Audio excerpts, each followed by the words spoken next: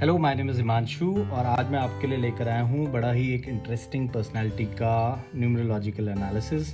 तो पर्सनालिटी का नाम है जग्गी वासुदेव सदगुरु, जैसा कि हम इनको जानते ही हैं। इनका जो मेरे को पब्लिक डोमेन में डेटा मिला है उसको मैंने पास्ट में रेक्टिफाई किया इनके इवेंट्स के साथ।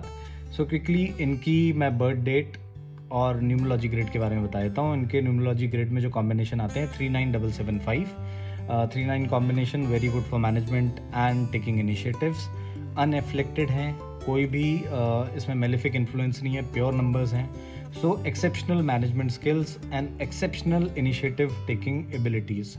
सो इसी कारण शायद ये इतना बड़ा अपना एक ऑर्गेनाइजेशन या फाउंडेशन को लेकर जा पाए। दूसरा कॉम्बिनेशन इनका 97 होता है, इसको एक स्पोर्ट्समैन कॉम्बिनेशन कहते हैं, जो कि एक अनयूजुअल डिटर्मिनेशन देता है, एक ability to fight till the end. आखिर तक लड़ने की जो हिम्मत है वो देता है। जैसे एक स्पोर्ट्स पर्सन होता है, हमेशा उसको बेस्ट करना होता है, सिटी से डिस्ट्रिक्ट लेवल खेलना होता है, डिस्ट्रिक्ट से स्टेट, फिर नेशनल और वटेवर। जब तक नंबर 1 नहीं बनता तब तक स्पोर्ट्समैन का डिज़ायर फुलफिल नहीं होता। सो बेसिकली इसी तरीके का डिटर्मिनेशन इससे आता है। 75775 कॉम्बिनेशन जो इनके चार्ट में है, कमर्शियल इंटरेस्ट देता है। कोई भी चीज़ बिना पैसे को तोले बिना, कितना आएगा, कितना जाएगा, कितना लगाना पड़ेगा, कहाँ से क्या आएगा, फंडिंग कैसे होगी, इस तरीके की सोच डेफिनेटली इनके दिमाग में रहती है। बट एसेट बिल्डिंग या अपने लिए कुछ जोड़ना, इस तरीके के कॉम्बिनेशन नहीं है। सो आई थिंक इनका जो कमर्शियल इंटरेस्ट है वो सेल्फलेस है। दूसरा इनके चार्ट में एक और जो कॉम्बिनेशन मेरे को दिखता है वो है 77 का, जो कि ओवर इन्फ्लुएंस ऑफ केतु दिखाता है। इनका डेस्टिनी नंबर भी जो 7 है वो केतु है। केतु बेसिकली मैं आपको थोड़ा सा बता देता हूँ। केतु एक बहुत ही स्पिरिचुअल प्लैनेट है, एक प्लैनेट है जो हमेशा एक क्वेश्चन मार्क लेकर आता है, जो हमेशा कहता है कि वाई, क्यों, इसका मतलब क्या है, व्हाट इज़ लाइफ। इस तरीके के जो डीप क्वेश्चंस होते हैं, फिलोसफिकल क्वेश्चंस होते हैं, स्पिरिचुअल क्वेश्चंस होते हैं, इस तरीके के क्वेश्चंस जो होते हैं या इस तरीके की थिंकिंग जो होती है, इसको बेसिकली केतु गवर्न करते हैं। And he is a heavy Ketu personality.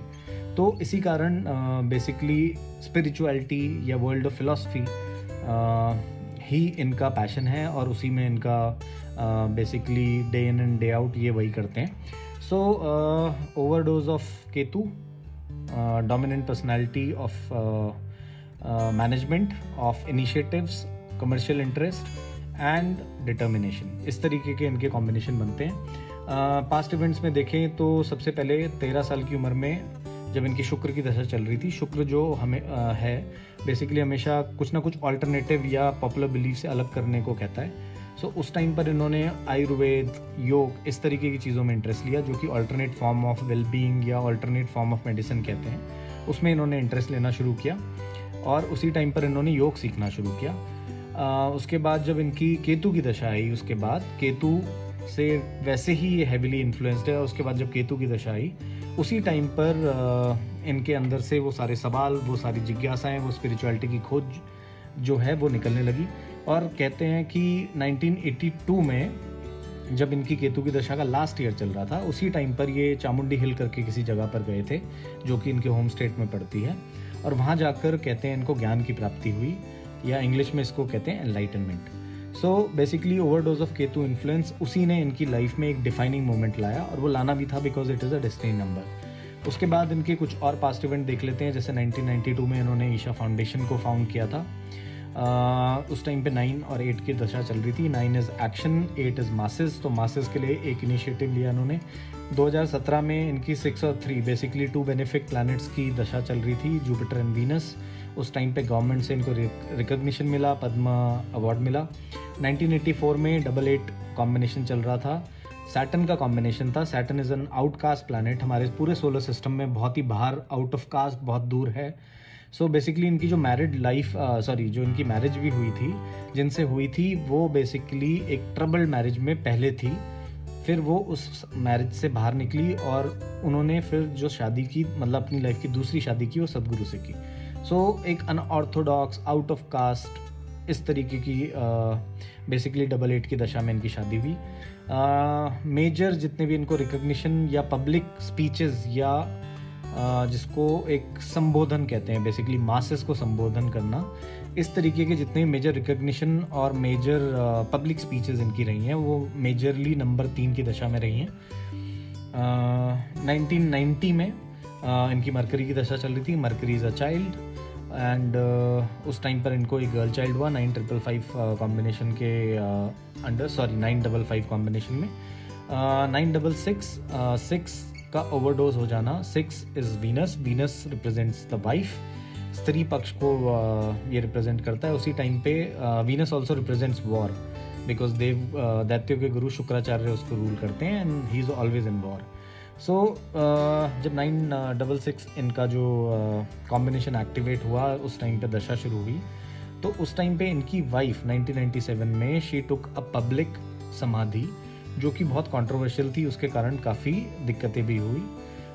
फिर 1994 में इन्होंने कुछ नए कोर्सेज इंट्रोड्यूस किए राहू में। Rahu is known to be experimentative, कुछ नया कराता है, कुछ ना कुछ नए इनिशिएटिव जो होते हैं वो थोड़े से टेक्नोलॉजिकली या कुछ मतलब न्यू, कुछ नए होते हैं, मतलब कुछ अलग, आउट ऑफ अनकन्वेंशनल कह सकते हैं, कुछ अनकन्वेंशनल कराता है, वो इन्होंने किया। अगर ये इनके पास लाइफ की बात करते हैं, कुछ मैं आगे के लिए प्रेडिक्शन कर देता हूँ। 2022 looks very good for recognition. इनको बहुत सारे रिकग्निशन मिलने वाले हैं, बहुत सारी गवर्नमेंट बॉडीज़ इनको रिकग्नाइज करने वाली है, not just in India but world wide.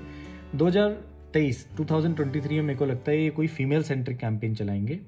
Girl child education हो सकता है, उनकी मेंस्ट्रुअल हेल्थ के ऊपर हो सकता है, it could be anything to do with girls, या ये गर्ल्स लेड कोई मास मूवमेंट भी या कोई मास इनिशिएटिव भी कुछ शुरू कर सकते हैं 2023 में। और दूसरा इनका जो फोकस उस टाइम पर रहेगा आयुर्वेद और कुछ अल्टरनेट लाइफस्टाइल के ऊपर रहेगा। तो मेरे को लगता है कि कुछ आयुर्वेद रिलेटेड मूवमेंट कि ऐसा खाओ, ये करो, व्हाटएवर, इस तरीके का कुछ ये मूवमेंट बहुत बड़े मास लेवल पे 2023 में कर सकते हैं। वहीं 2023 में मुझे लगता है कि कुछ ना कुछ नई बुक्स या म्यूज़िक या आर्ट या लिटरेचर, जो भी क्रिएटिविटी वाली फील्ड्स हैं, उसको लेकर भी कोई ये मास मूवमेंट करेंगे। हो सकता है ये हमारे म्यूज़िक या डाइंग आर्ट्स को लेकर कोई मूवमेंट करें। हो सकता है कि ये हमारी पुराने स्क्रिप्चर्स या पुराने कुछ ग्रंथ उनको सेव करने के लिए या उनके बारे में कोई पब्लिक अवेयरनेस कैंपेन इस तरीके का चला सकते हैं। 2024 से 27 मेरे को लगता है कि ये दो और बहुत बड़े ईयर हैं इनकी लाइफ में, सिग्निफिकेंट ईयर्स हैं। 2024 में मेरे को लगता है कि कोई एक नया इंस्टीट्यूट, कोई एक नई body just like Isha foundation कुछ ये शुरू कर सकते हैं। और ये उस टाइम पर जब इसकी फाउंडेशन डालेंगे तो it will be a huge mass movement, again a volunteer led, because time पे भी 88 कॉम्बिनेशन इनका अंडर उसमें चलता रहेगा। तो इस तरीके के कुछ इनिशिएटिव इनके 2024 में लगते हैं। 2027 में मेरे को लगता है कि ये कुछ नए कोर्सेज या कोई नई पद्धति या कोई नया स्टाइल ऑफ इनर इंजीनियरिंग या वट एवर, कुछ स्पिरिचुअलिटी से रिलेटेड इस तरीके की कोई चीज़ शुरू कर सकते हैं। सो 2020 से 2027 he is again running the Ketu dasha which is the destiny number. So I think he will be unstoppable, इन्हें कोई नहीं रोक पाएगा 2027 तक। 2027 तक कोई मेजर लिटिगेशन इस तरीके के कोई इश्यूज़ भी मेरे को नहीं दिखते हैं।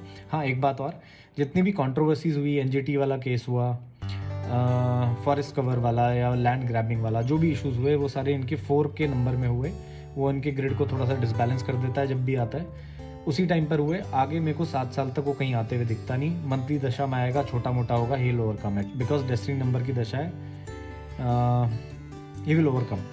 So basically these were small numerological nuggets that I wanted to present, और कुछ predictions आने वाले टाइम के लिए।